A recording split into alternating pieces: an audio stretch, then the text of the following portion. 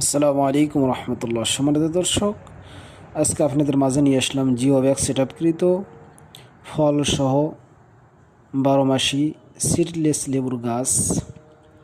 তো আমাদের গাছগুলো দেখেন কত সুন্দর এবং সুস্থ সবল গাছ।